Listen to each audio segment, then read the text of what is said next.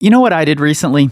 I decided that I like my Rab Ascender light hoodie so much that I bought two more. Different colors, of course, but I just want to wear the thing all the time, and now I can. And Rab are generously supporting this entire season of Written in Stone. They're dedicated climbers themselves, and they channel this expertise and passion into their designs. Nothing fancy or over-engineered, just honest, hardworking gear you'd rather repair than replace. And someday, I'll need all three of these repaired, so I appreciate that. And here's another thing. Rab has agreed to give away a few of these hoodies. And we'll be doing that soon inside of our Patreon, the Secret Stoners Club. You can join for free at the link in your show notes. And this episode is brought to you by Tension Climbing, where you can use the code WRITTEN15 for 15% off of select items, and by Power Company Climbing, where you can use the code STONE for 20% off of most training plans, products, and books.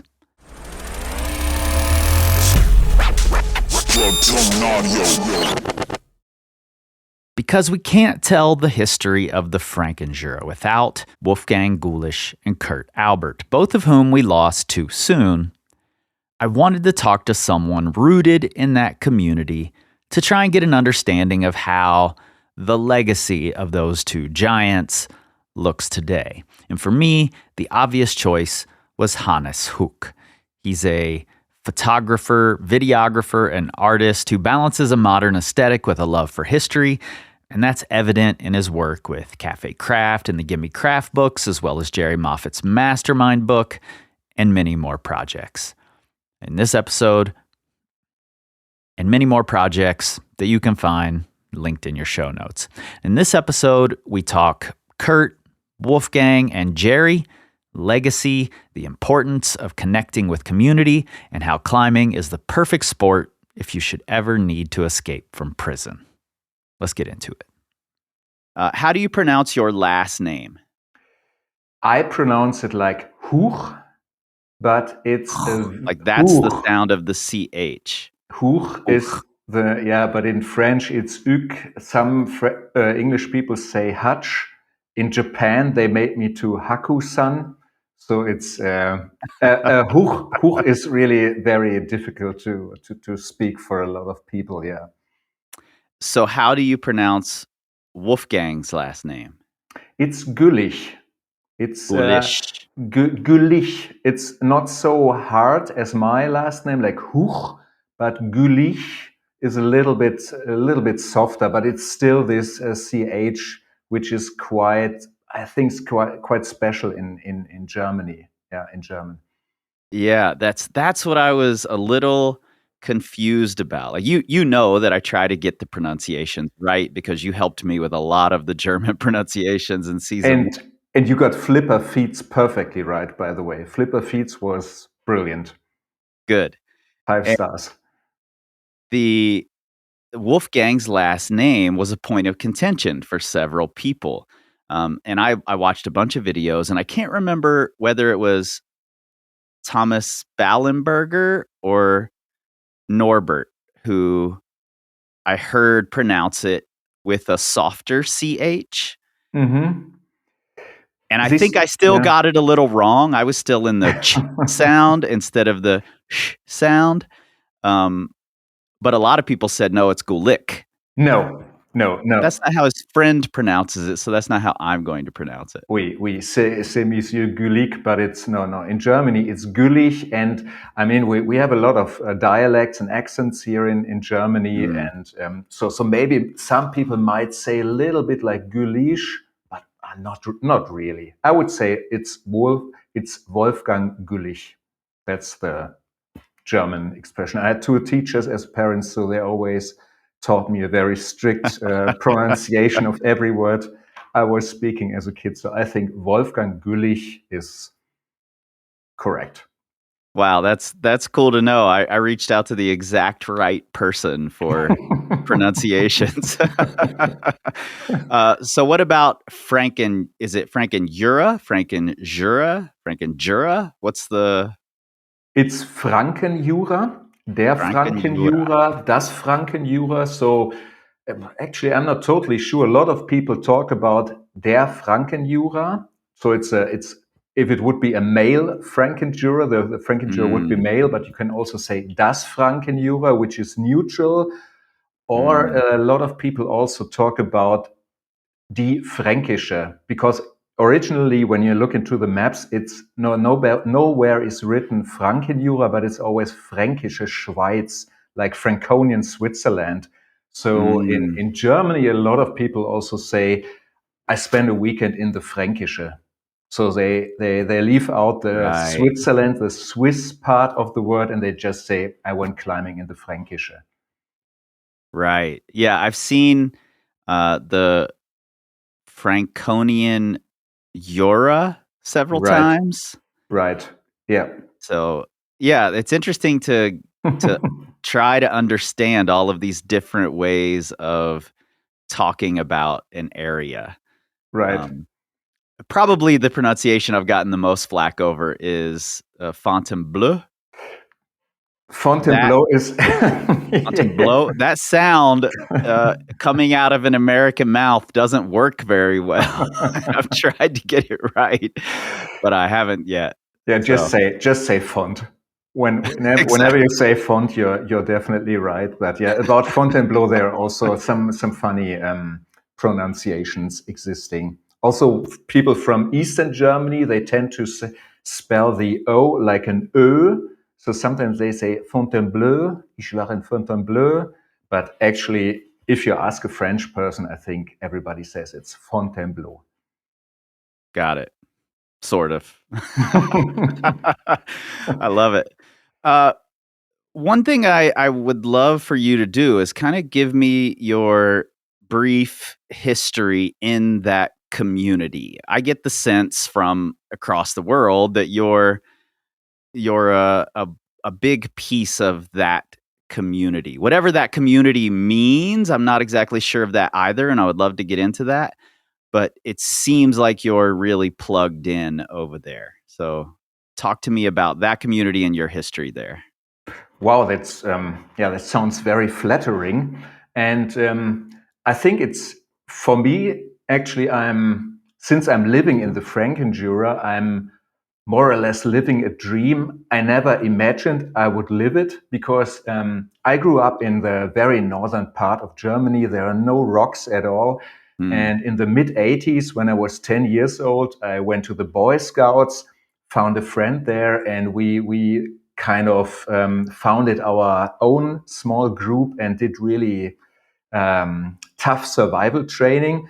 And climbing was just a part of this training, like making fire or building a shelter, because maybe one day you have to escape a prison, so you must learn something about climbing. That was actually the idea behind it. But quite soon we found out that climbing is actually much more interesting than freezing the whole weekend in the forest without a sleeping bag and without any food.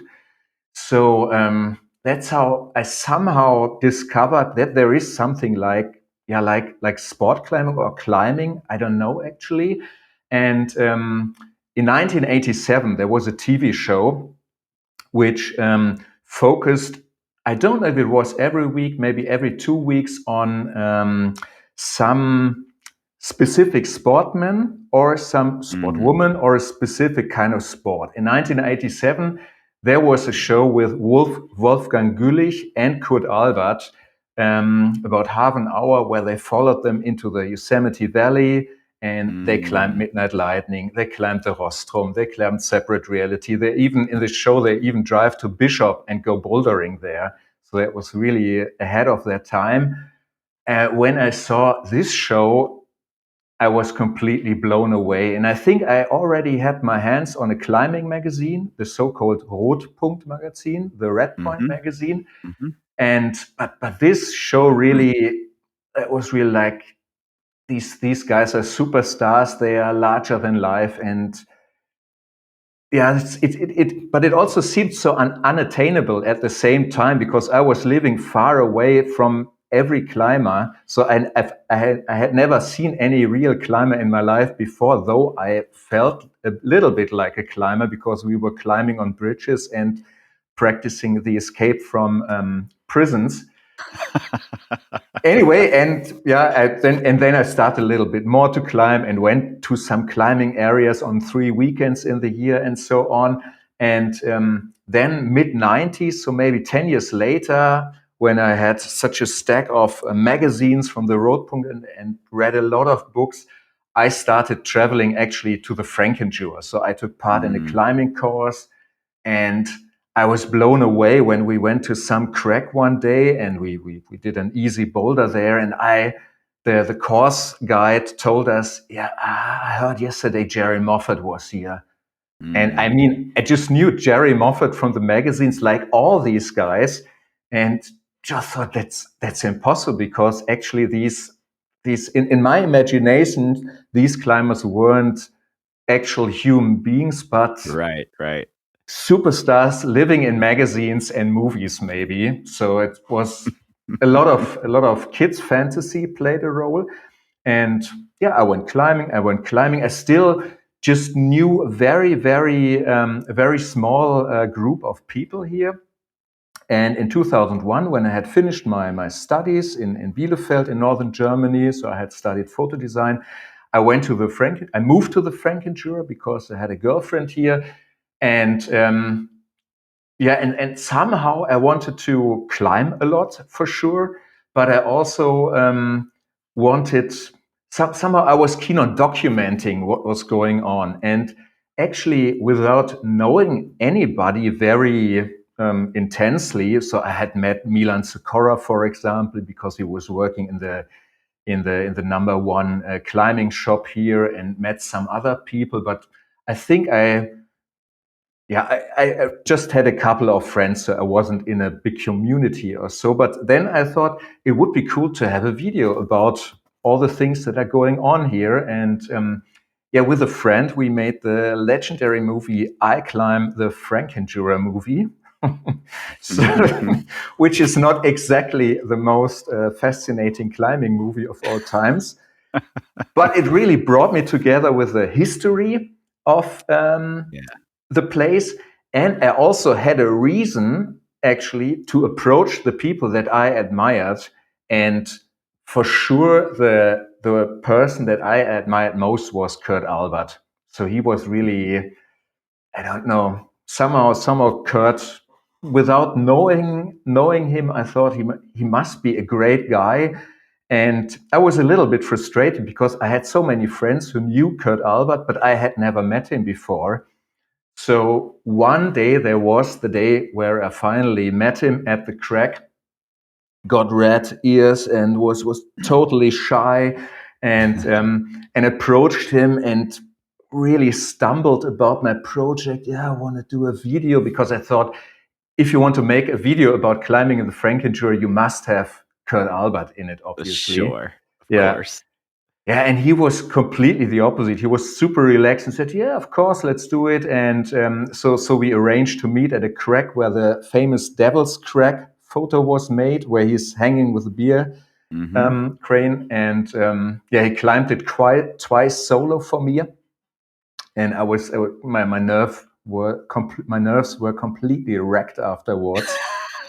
Because it was more or less the first time when I really met my hero, and I was so afraid of him dying that I thought my hero is dead, and I can also move in another country, because I might be for other people the reason why he's dead now. But he was completely professional and told me afterwards, my hands, they are like friends, you know. So actually, there are so many little stories, but I think this movie maybe made me a little bit a part of a community I wanted to belong already 10 years before, or even 15 years before. So making media, maybe you know this, is somehow sometimes simply a reason to get in touch with people you're personally interested in. So you're making something for a bigger audience, but actually, if nobody would want to see it, I wouldn't mind, because I had my moment, or my time with my heroes, and got some informations I always wanted to hear, or I always was curious about. And then I made some other movies, and Is that yeah, movie, that first movie, is it on YouTube somewhere? it's on Is it YouTube. Yeah, possible to find? Oh, yeah. great. I can also send you a link. I absolutely want to see it.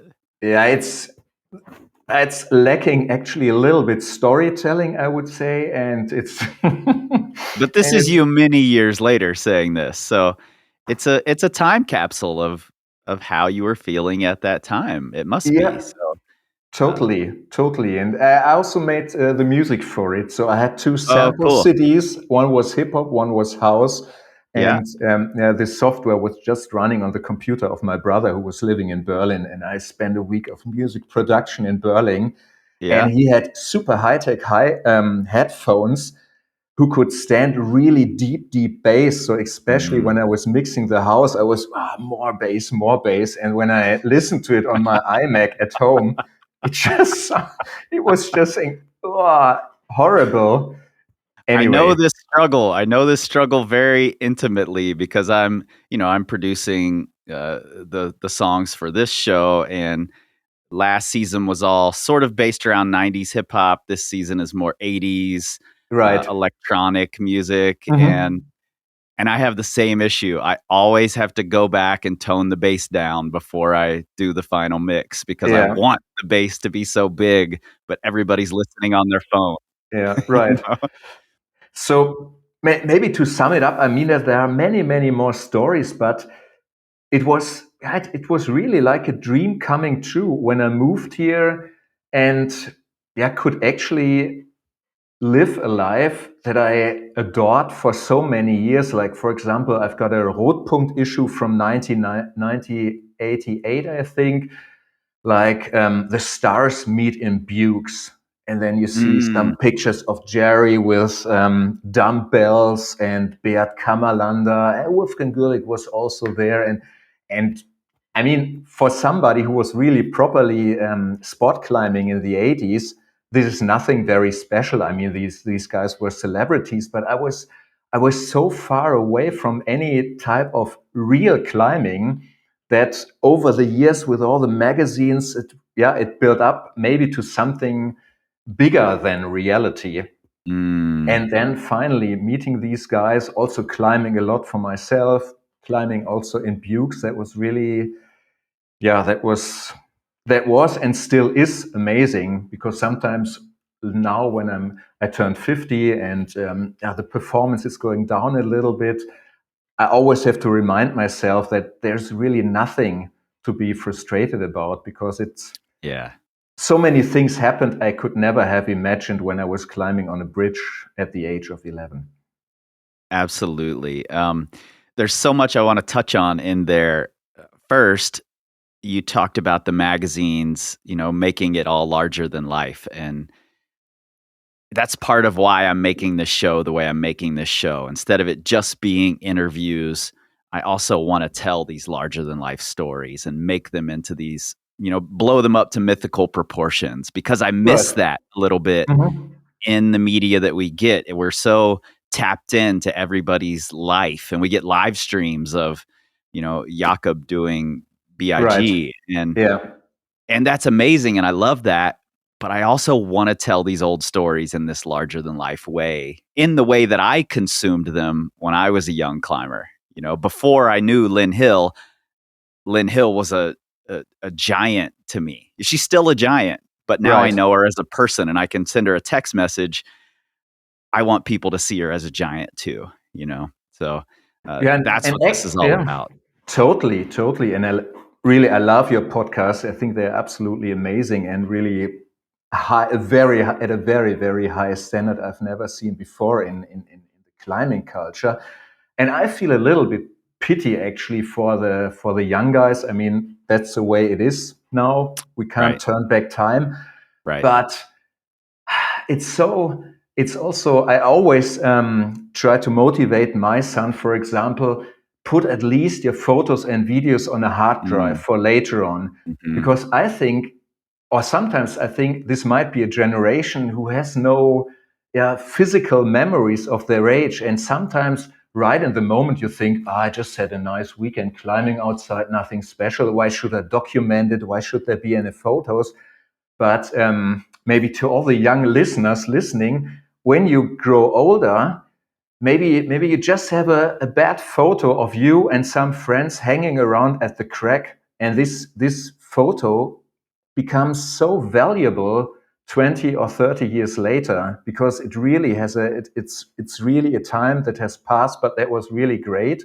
And that's, I think, the same thing with magazines, because when I'm recently, a friend, someone gave me some more Rotpunkt magazines, because I Yeah, cut out I all saw the those photos. posts. Yeah. Yeah, I cut out all the photos back in the days and put Isabelle Mm. Patissier on my room walls. So I destroyed some of the magazines, and then someone gave me a couple of magazines, and I really had goosebumps, because I could so well remember how I looked at them when I was 14 years old. And yeah, Mm. it's just great to have some memories, which doesn't mean that you always live in the past. Well, I think that's an important part of it. There's sort of a dichotomy here I want to explore with you a little bit. You're a brand builder, photographer, I assume graphic designer somewhere in there as well. Is that right?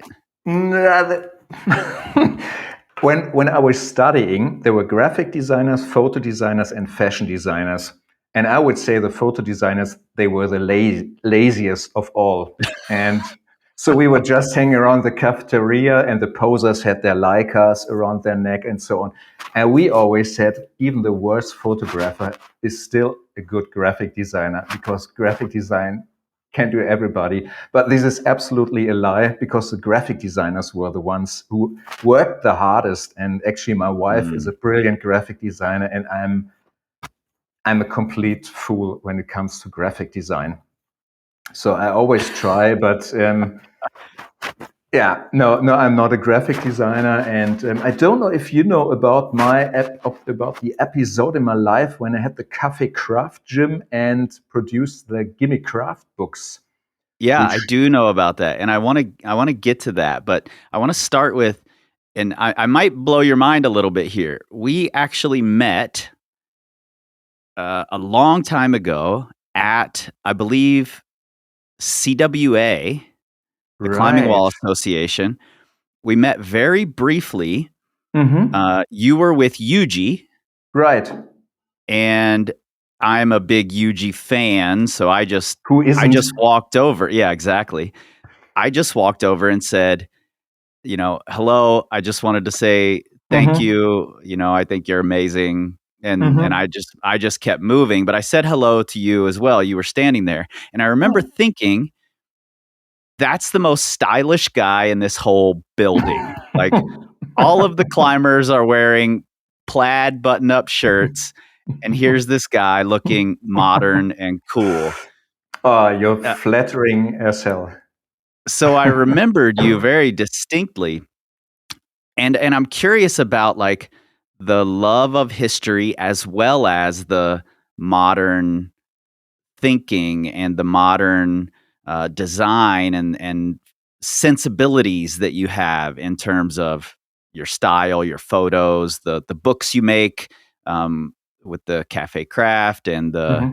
and Jerry's book that you helped with both of those, and the gym. It's all sort Hmm. of modern feeling. So how do you connect those two worlds, your love of history with this modern day sensibility? That's a good question. I mean, I was since I think it never played a role in my head until I moved here to the Frankenjura and thought it would be nice to document this world of climbing. And I don't have a skateboard background. I think a lot of people with a skateboard background, I think if someone who had skated before and had seen skateboard videos, he or she would have made this I Climb Frankenjura video much more stylish than I did, because they set quite a high standard already in the 90s.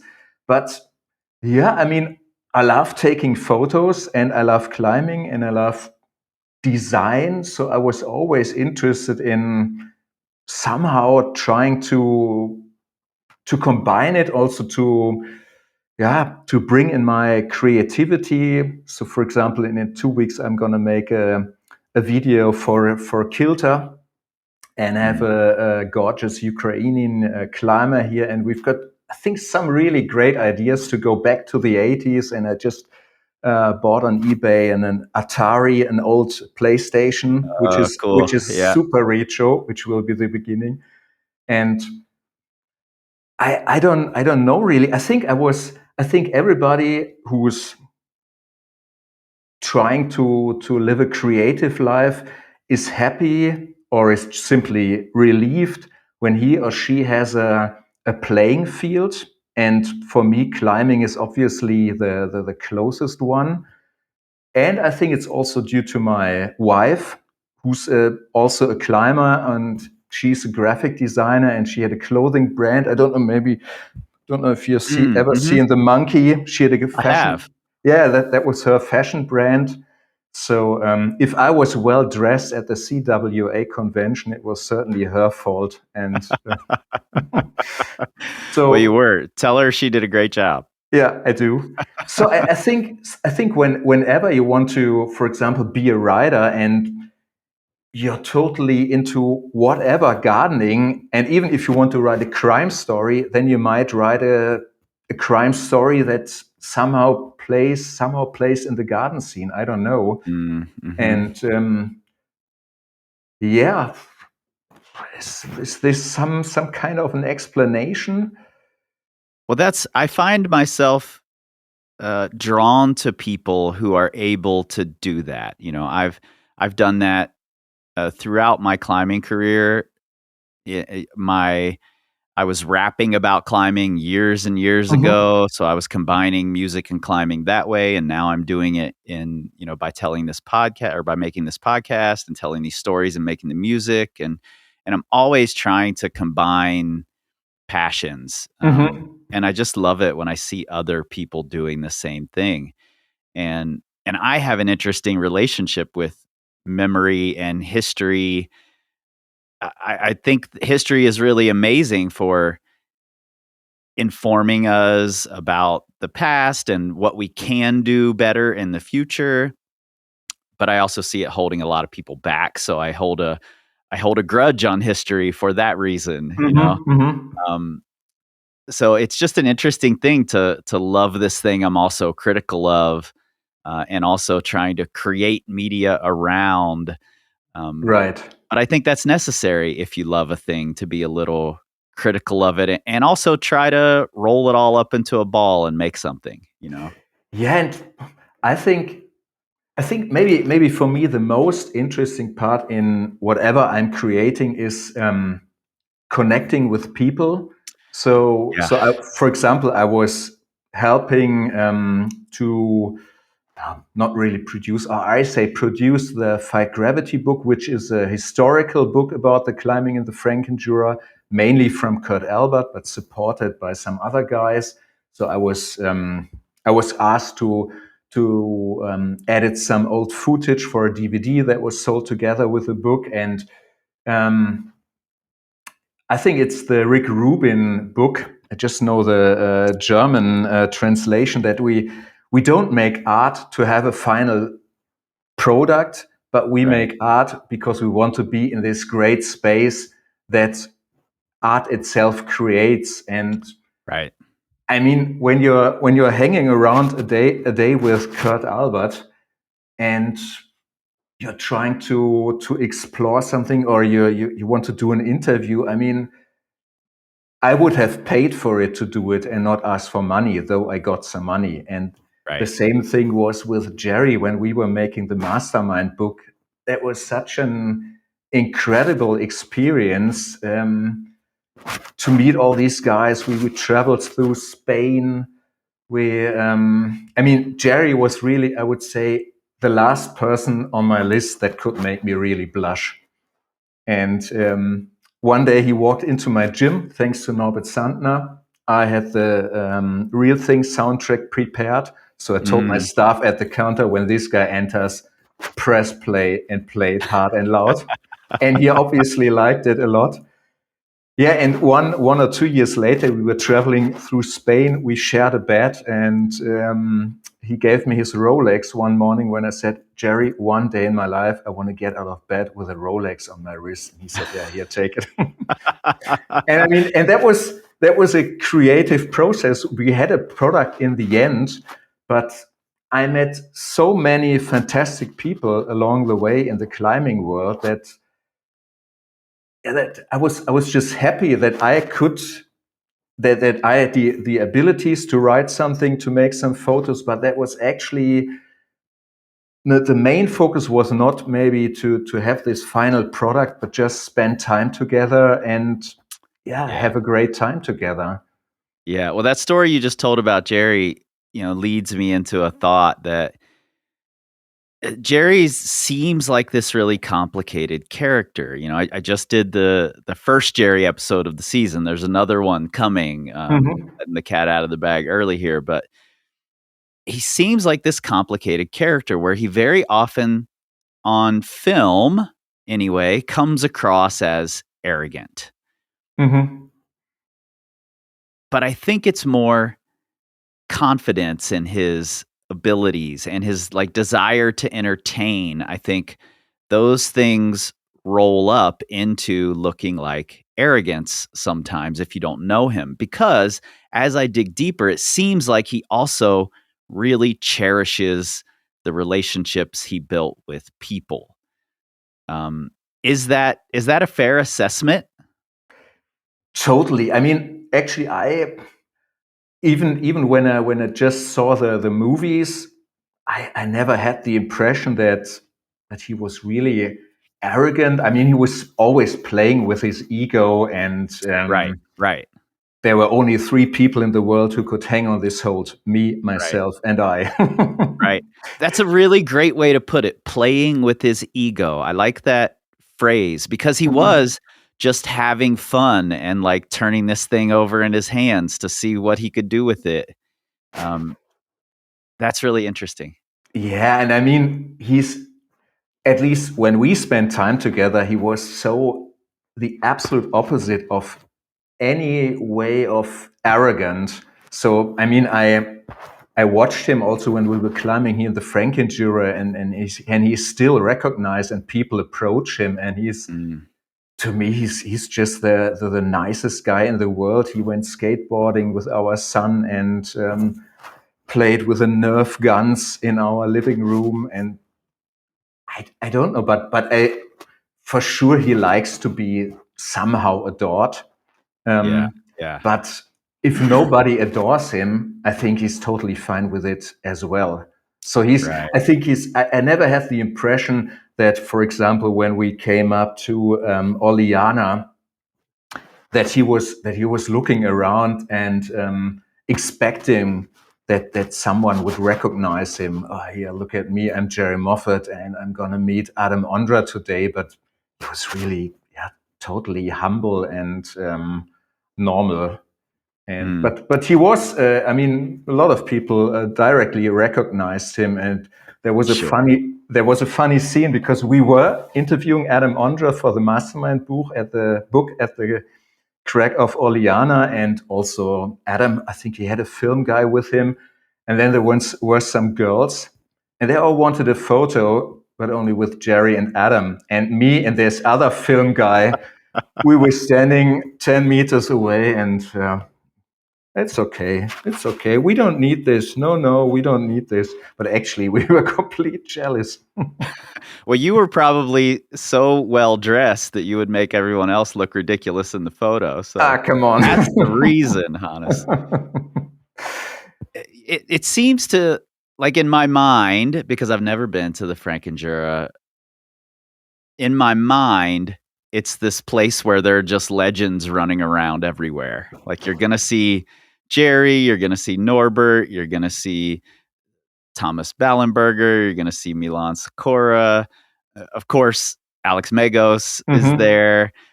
There are just gonna be these legends running around. Marcus Bock, not to forget. Marcus Bach, he's still around. He's still around, and he's still strong. Yeah, I meet him. I meet him from time to time. Actually, I would say we are friends.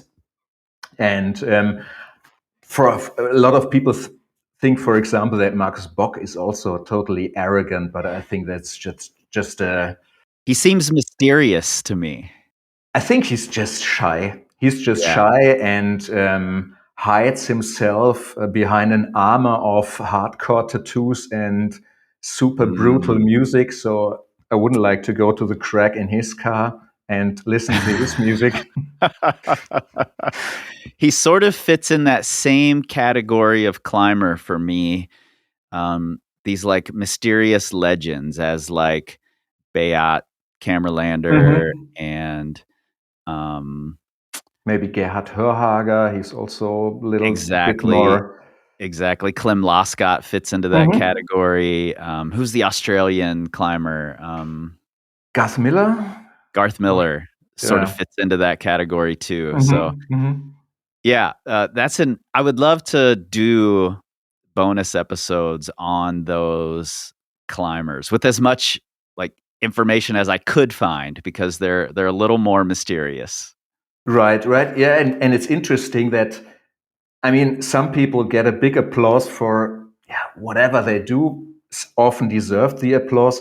But then there are always some people who do more or less the same or achieve the same performance, and nobody ever knows about it until you're a friend or you're just at the crack. I think that Garth Miller, for example, was the first one to onside 8B here in the Frankenjura. Yeah. And I think nobody knows it. That's who's Garth Right. Miller, and and I mean there was no Instagram, or maybe he doesn't have Instagram, and also Marcus Bock is not taking good care of his Instagram account, at least not from a climber's perspective. Yeah. Well, that's cool to hear he's still there. I believe Garth Miller's still around the Blue Mountains Yeah. and still climbing. And I think his son or daughter climbs as well.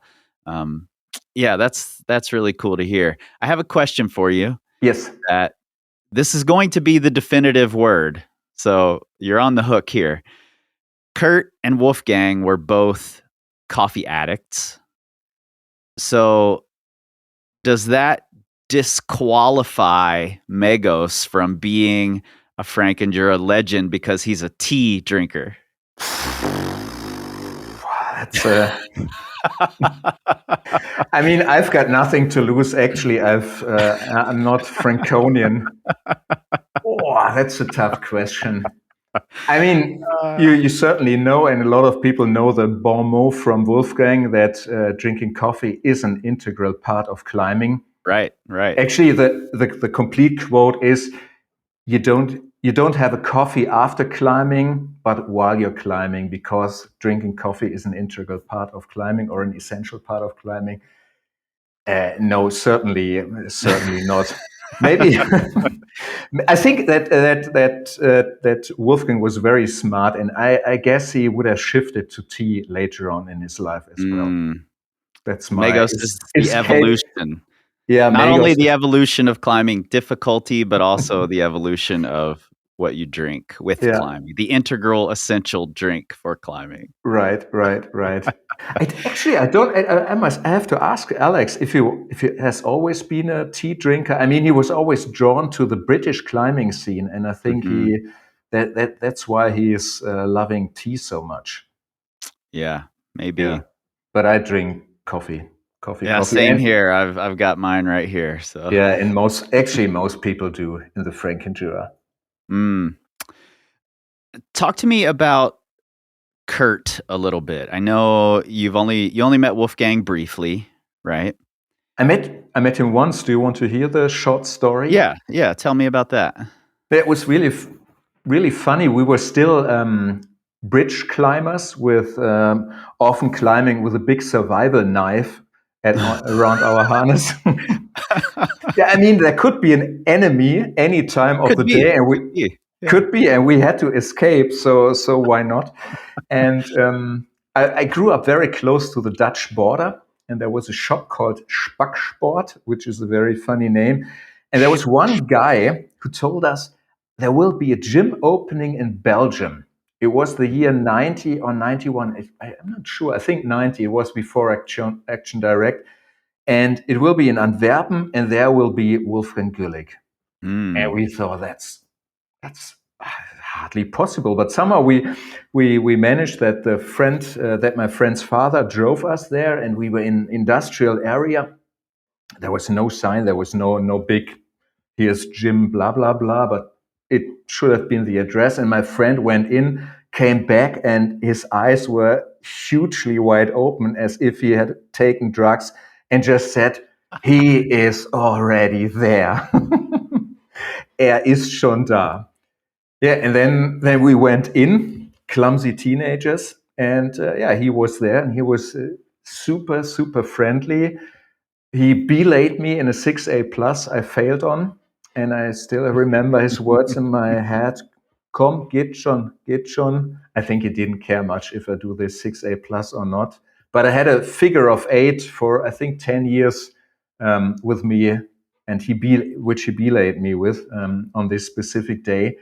And it was just amazing because we were, as I said, like on drugs for the whole day, just staring at Wolfgang. He's really alive, and he was walking through the gym. And there's really one big pain point, because actually there is a photo of me and Wolfgang standing arm in arm in front of the climbing gym, but my friend failed on the camera.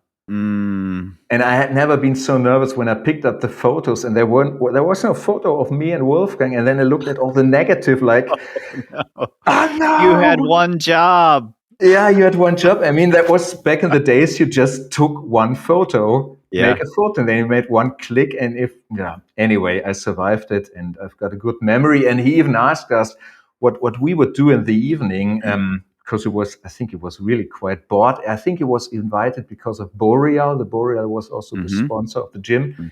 And we could just say our daddy is taking us home. And anyway, he was super friendly. I got in touch with his father later on when I made the Gimme Kraft book, and we used old videotapes from Professor Hynek. I have the DVD here somewhere. Ah, cool. Yeah, nice. And Mr. Weineck asked me I should get in touch with his father, and that was really a nice contact. And I wrote him some letters over the years. Met him again at an 25-year anniversary of death celebration, and he was really he was a fantastic man. But I think he suffered more or less his whole life, because both of his sons died. The brother of Wolfgang died when he was 12, and a tough story. Yeah. It seemed like maybe I'm reading into things, or maybe I'm just hoping that this is the case. And I know you don't necessarily have an answer for this, but it seemed like Jerry coming to the Frankenjura and doing the face and climbing all of these hard routes spurred Wolfgang on a little bit, at least. He doesn't, at least in his writing, he doesn't come off as competitive. But I have to think there's a little bit of friendly fire there, at least. He seemed to really connect with Jerry, and I have to think part of that is that Jerry was someone who could push him a little bit. Totally. And I think I'm not telling too much when I'm quoting Jerry here, when we were talking about Wolfgang, and when Jerry said Wolfgang was not a saint. So, I mean, of course, when you read his books or texts from Wolfgang, they are all very intellectual. And also in interviews, when he was asked, are you frustrated that you didn't make it to the semi-final? There was a big competition in '89. He says, no, it happens every day outside that I fail and fall down. Sorry. But I mean, he was also a super keen sportsman. And I think that the picture that I don't think that Wolfgang thought of how do I perfectly create a personal brand of myself. Sure. But I think he didn't mind to be seen as the humble giant, and who's always very balanced and so on.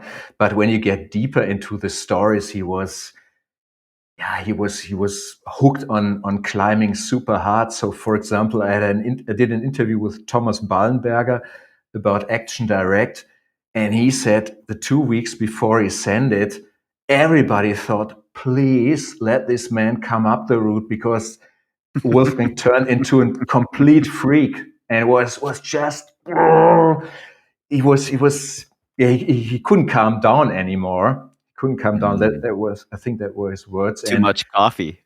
too much coffee and total enthusiasm, and too much coffee and too little warm up. He never warmed up, Jerry told me. Yeah, that's what I've heard. Yeah, and I mean, there is this story of Stone Love when they really had an argument, because Jerry did, I think, in '88 Stone Love, and he graded it 8C. And normally Wolfgang was known for finding tough sequences. For example, the sequence he did on Action Direct might never be repeated because it's Right. ridiculous. It's totally bizarre. I've seen the photos. And yeah, but in this rare case, Wolfgang found an easier solution for Stone Love. So Stone Love the is 8B now, is that right? 8B plus, 8B 8B plus, plus. yeah, Okay, yeah. okay. So it was downgraded to 8B plus, but in this argument, Jerry threw a cup of hot coffee in Wolfgang's face. So they, Oh, really? yeah, it must have been I love it. it must have been really a hot cup of coffee. So I think they were both really fighting for the hardest route at Yeah. this place, because Jerry was more or less living in the Frankenjura, and yeah, I'm sure that Wolfgang was pushed by Jerry's appearance. And I mean, there's also this story of putting hand cream in the holes of Sautans. I think you told this story already. Yeah, yeah. When Jerry was there for the first time, and I remember talking about it with Kurt, and he said, and he told me, we had to stop it. We had to stop this guy. And so he abseiled and put hand cream in one of the crux holes, but the rock god couldn't be beaten. Yeah. Yeah. Well, it seems like those two guys, Kurt and Wolfgang, loom large over climbing in general. So I have to think they loom large in the Frankenjura. Is that the case? Are they still a big part of the community there? Yeah, I think this really depends on who you ask. Yeah, I think for all the older people, Kurt and Wolfgang are obviously the godfathers of Frankenjura climbing, and will always be, even if people will climb 10A one day. I think Kurt and Wolfgang will always be here, because I mean, Wolfgang is more known for the really hard routes that only few people do, and some of these hard routes are also they're really tough routes. Like Amadeus Schwarzenegger is one of the very first 8A pluses here, but actually it's not a big fun to do it, because it's Right. so pockety and org. But many of the routes that Kurt made the first ascent on, they are attainable and in reach also for average climbers. So like the Dampfhammer, which is a super, super cool 7A at the most popular crack here in the Frankenjura, the Weissenstein, which is nearby the road. And this route might have already 50,000 ascents. But for many young climbers, when they want to do a cool 7A, I think the Dampfhammer is obviously in classic. And I don't know how much they are aware of Kurt Albert then, but in the guidebook you see the name. You can still see the red dot that Kurt painted at the start of the route.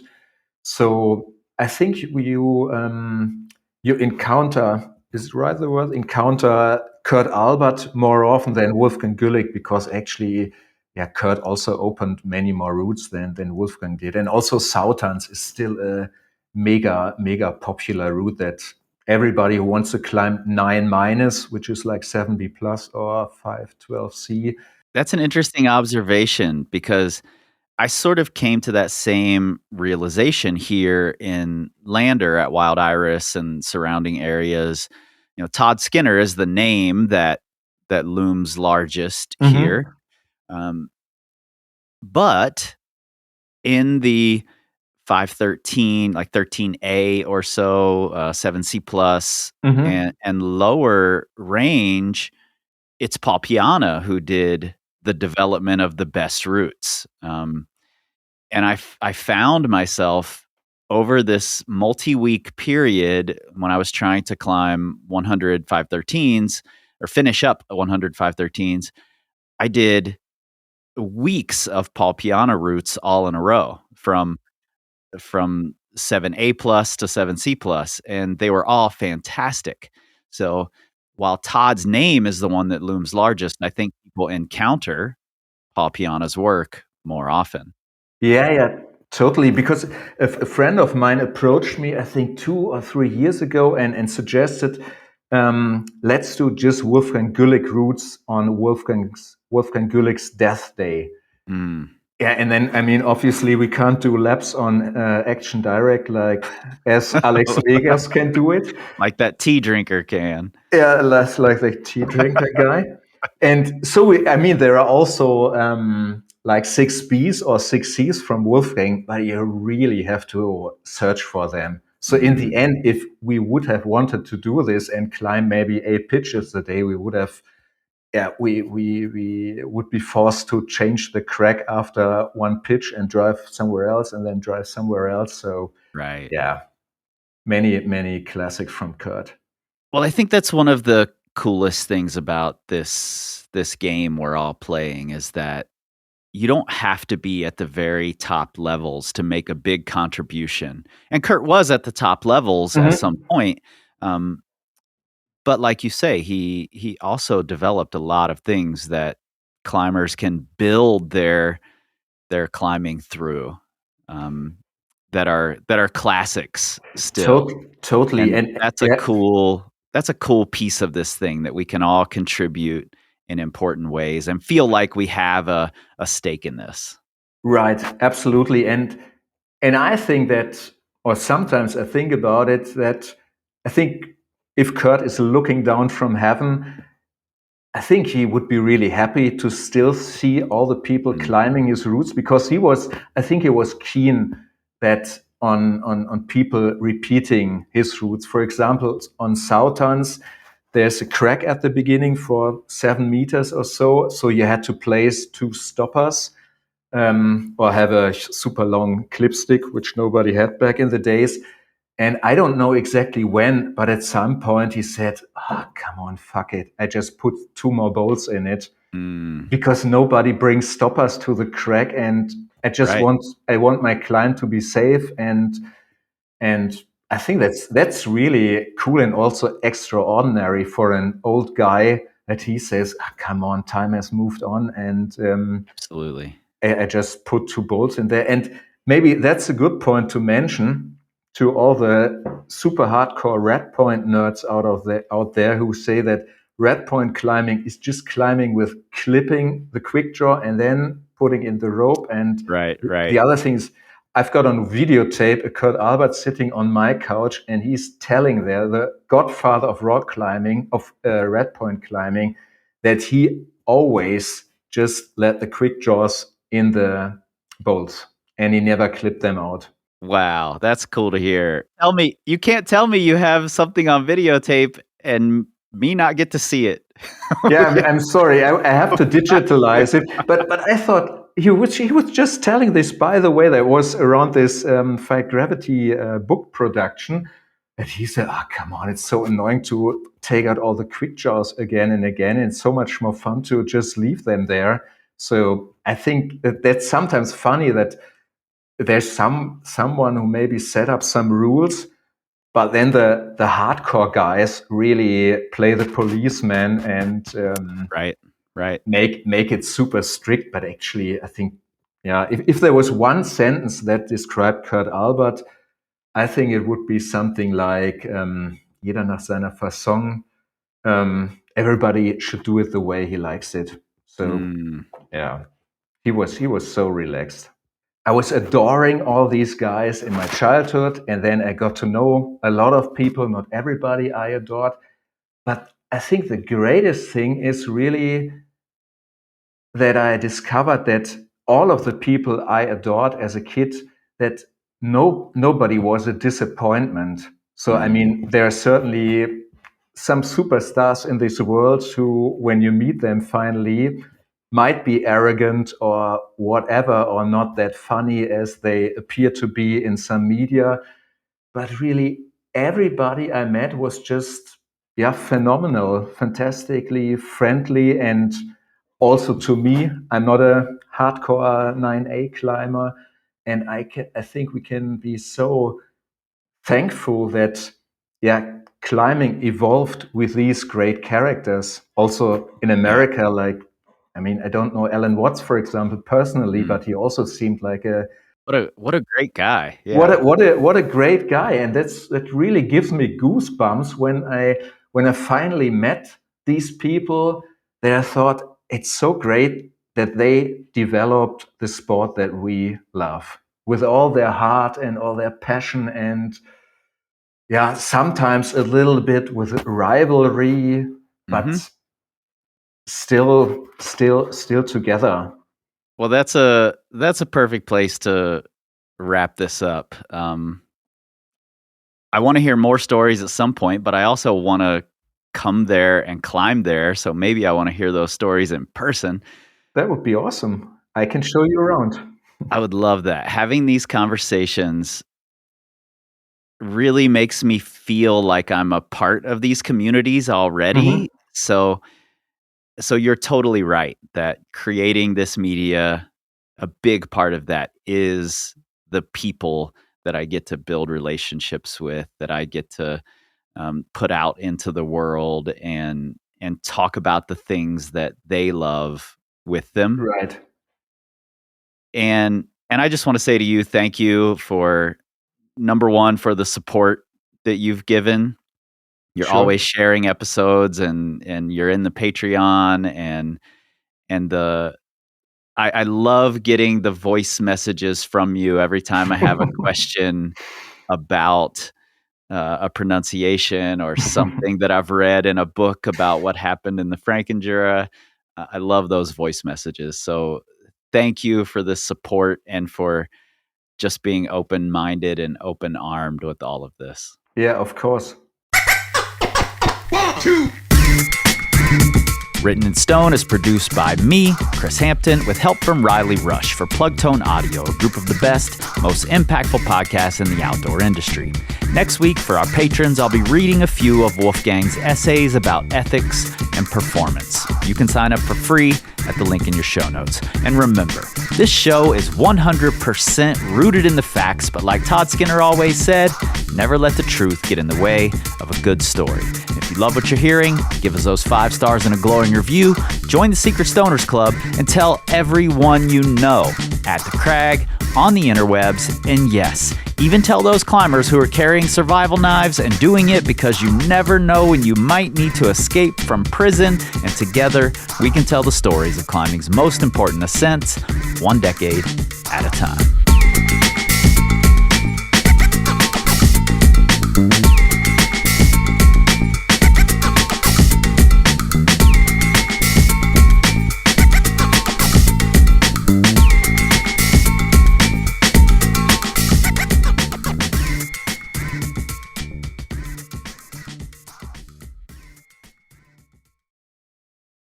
Secret Stoners.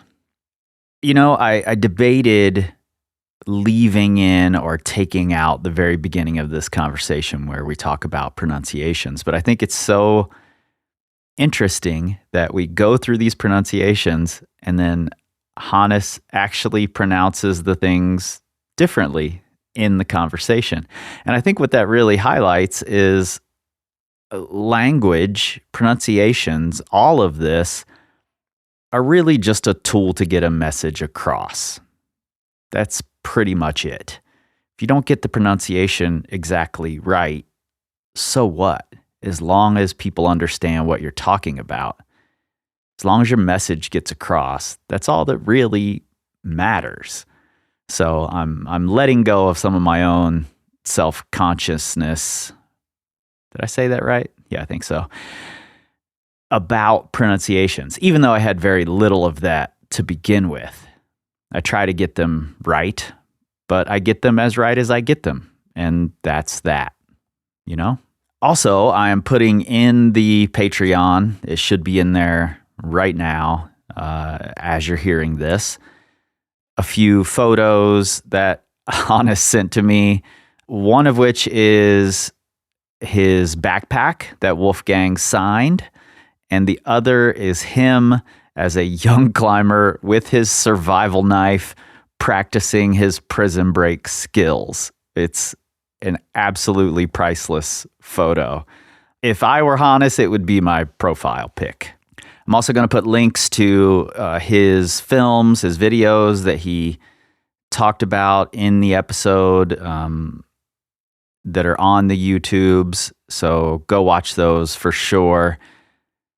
It's really fun for me to get to talk to people who've really loved the history and have been digging into it in various ways.